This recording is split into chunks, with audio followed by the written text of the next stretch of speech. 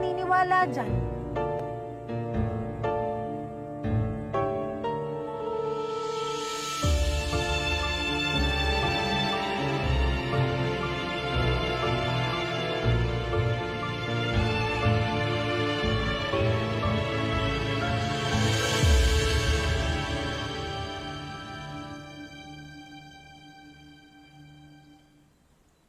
Gina, alis ka?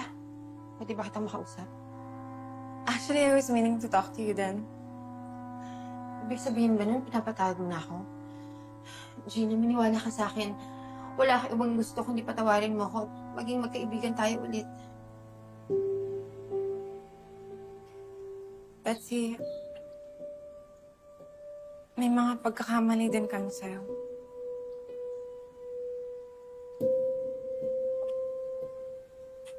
May kasalanan kami ni Gerald sa'yo. It's just so hard to forget what you did to me sa US. Away bata lang yun. Tinulak mo ako! Hindi ko naman sinasadya, Gina. Sinabi mo pa sa akin na sana mamatay yung baby ko, tapos iniwan mo ako sa park. Nasabi ko lang yun dahil sa galit. Nabigla lang ako.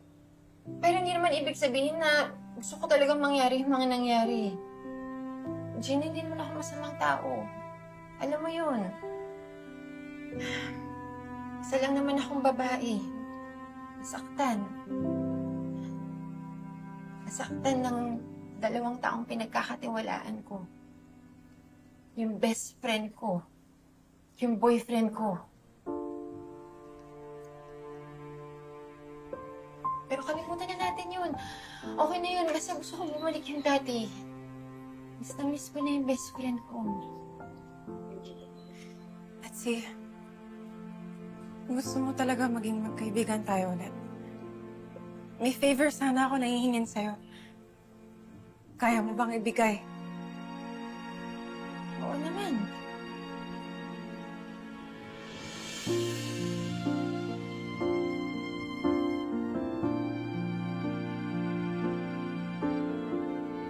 Layuan mo si Daddy.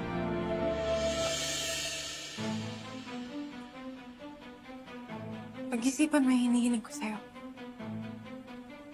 Pag-isipan mo kung kaya mong ibigay yung hinihiling ko para maging magkaibigan tayo ulit.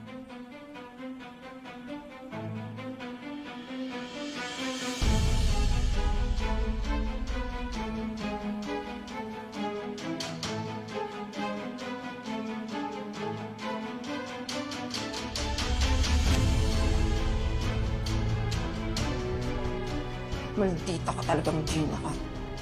Nagawan mo na nga ako ng pangarap. Hindi ko hayaang sirain mo ulit yung mga pangarap ko. Ako ang magwawago dito. Ako ang magiging reyna dito.